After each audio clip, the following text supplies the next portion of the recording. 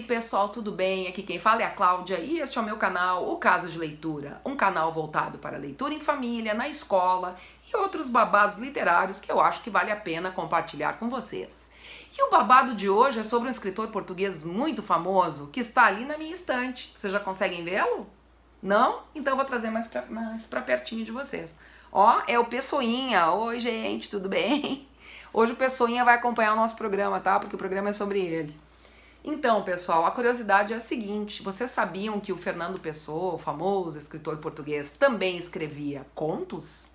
É, porque a maioria das pessoas conhece Fernando Pessoa por seus heterônimos. Opa, heterônimos? O que é isso? Pois é, o heterônimo é um nome fictício criado pelo próprio autor para assinar os seus textos. E no caso do Pessoa, ele criou vários heterônimos, nós conhecemos basicamente 3, não é? O Álvaro de Campos, o Ricardo Reis e o Alberto Caeiro, né, que são os mais famosos. Mas, na verdade, há quem diga, não é, que a Pessoa tinha muito mais do que esses 3, parece que eram em torno de 127 pseudônimos, heterônimos e poetas mediúnicos, inclusive, não é? Então, ficamos assim, né? Ele escrevia os poemas usando esses heterônimos, outros textos, e a gente ficou conhecendo mais a Pessoa desse jeito. Mas, neste caso aqui, deste livro que eu vou apresentar para vocês hoje, Contos Completos, Fernando Pessoa, são contos escritos e assinados por ele mesmo, né? Então ele usa um ortônimo, que na verdade é o nome dele, com que nós todos o conhecemos, que é o Fernando Pessoa. Mas enfim, quem publica este livro é a editora Antígona, e quem organizou os contos que aparecem aqui é Zeto Cunha Gonçalves, que também é responsável por um maravilhoso prefácio, né, em que ele fala sobre os contos, faz uma espécie de análise, pequena análise de cada um, com comentários, fala um pouquinho sobre o Fernando Pessoa também, e no final do livro ainda há notas explicativas que situam os contos. Ou seja, a gente descobre onde eles foram originalmente publicados, quando e em que veículo. E aí eu quero dizer para vocês que tudo isso por si só já foi uma grande surpresa para mim. Eu não sou uma profunda estudiosa do Fernando Pessoa, mas conheci um pouco, né, do trabalho dele com os heterônimos. Mas os contos chamam muita atenção porque eles são perpassados por uma ironia muito fina, um certo sarcasmo, não é? E tem vários contos interessantes aqui. Um deles é o que se chama O Banqueiro Anarquista, que só pelo título a gente já fica pensando como pode um banqueiro ser anarquista.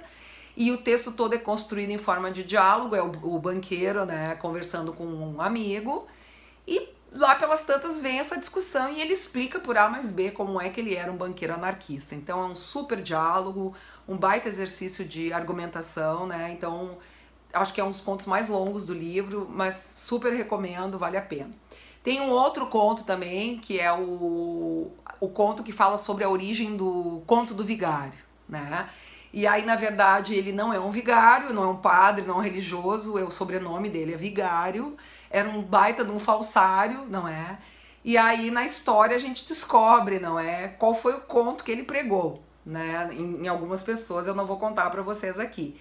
E o terceiro conto, sobre o qual eu vou falar um pouquinho mais, que eu achei inusitado, é O Automóvel Ia Desaparecendo. É esse o nome, é um conto que tem um tom publicitário, não por acaso ele foi publicado num folhetim publicitário em 1958, em Portugal, né? Eu não fui atrás da história, né, do produto que é anunciado aqui, mas de repente foi mesmo.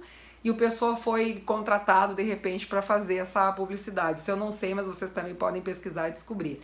E aí a história toda é a seguinte, é um sujeito que compra um carro que é azul. Só que de tanto lavar o carro e passar a estopa para dar brilho, o azul vai sumindo, vai passando para a estopa e vai passando para o sujeito. É tão engraçado que ele diz assim, ó, que a camurça ficava realmente azul. O meu carro ia passando para a camurça. Afinal, pensei, não estou limpando este carro, eu estou desfazendo. Antes de acabar um ano, meu carro estava metal puro. Não era um carro, era uma anemia, né?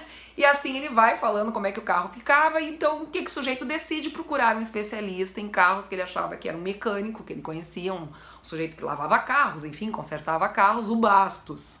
Aí o Bastos fica indignado, como que tu não sabe que tinta tu tem que usar para pintar o teu carro? Qualquer choferzinho aí sabe. tu tem que usar Berry Lloyd, que é o nome do produto, né? Aí o cara, mas como, né? E aí o Bastos, muito revoltado, fala das propriedades do Berry Lloyd, que passa a tinta e fica um brilho incrível, que ela nunca gasta, nunca desbota. E aí Espinafre xinga o sujeito, dono do carro, mas mesmo assim ele, tá, então traz o carro aqui que eu vou dar um jeito. Aí o sujeito leva o carro, o Bastos passa o Berry Lloyd, que é o produto em questão, e o carro fica tinindo de brilhante e limpinho. E aí o conto termina do seguinte jeito, ó. Tanto assim que quando comprei meu segundo carro, tratei logo de saber se ele vinha já pintado a Berry Lloyd. Ele está aí na base da página e no fim da minha história. Passa-se a camurça, mas é preciso usar óculos fumados. O brilho deslumbra. E o que é mais, deslumbrará, porque dura. A minha camurça dura eternamente. O que se tem gasto muito são os óculos fumados. E os elogios dos amigos que veem os meus carros pintados a Berry Lloyd. Então assim, pessoal, é um conto que na verdade é uma peça publicitária. Então por tudo isso eu recomendo, eu acho que o livro é incrível, a gente conhece o outro lado do Pessoa e eu espero que vocês curtam. E agora, pessoal, fiquem com o momento Você Sabia Que? Para saber um pouquinho mais de algumas curiosidades do Fernando Pessoa. E agora que vocês ficaram conhecendo um pouquinho do livro de contos do Fernando Pessoa, vamos então às curiosidades sobre essa figura incrível aqui. Então, uma dessas curiosidades é a seguinte, vocês sabiam que ele fazia mapa astral? O Fernando Pessoa era muito chegado em astrologia, e aí ele fazia uns mapas astrais, assim, sob encomenda para amigos mais próximos, assim, pessoas do círculo, não é?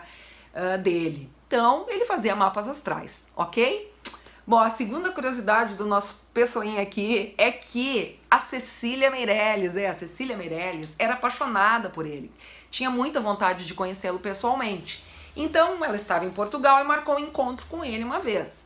Aí combinaram um local e tal, e a Cecília Meirelles se tocou pra lá, né? Poxa, ela ficou 2 horas esperando o Fernando Pessoa e nada dele aparecer. Ela desistiu e voltou pro hotel. Quando ela chegou, tinha lá uma carta dele e um livro.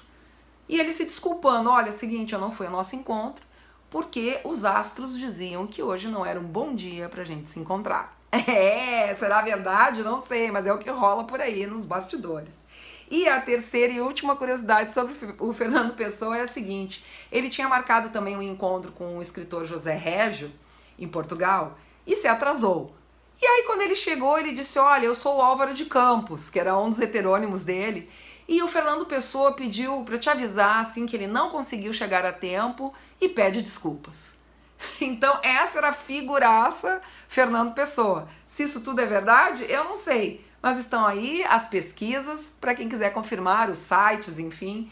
Eu espero que vocês tenham gostado do Caso de Leitura e até o nosso próximo programa.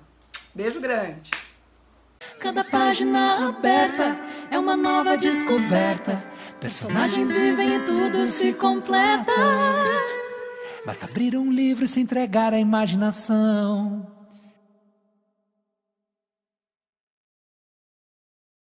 Basta abrir um livro e se entregar à imaginação.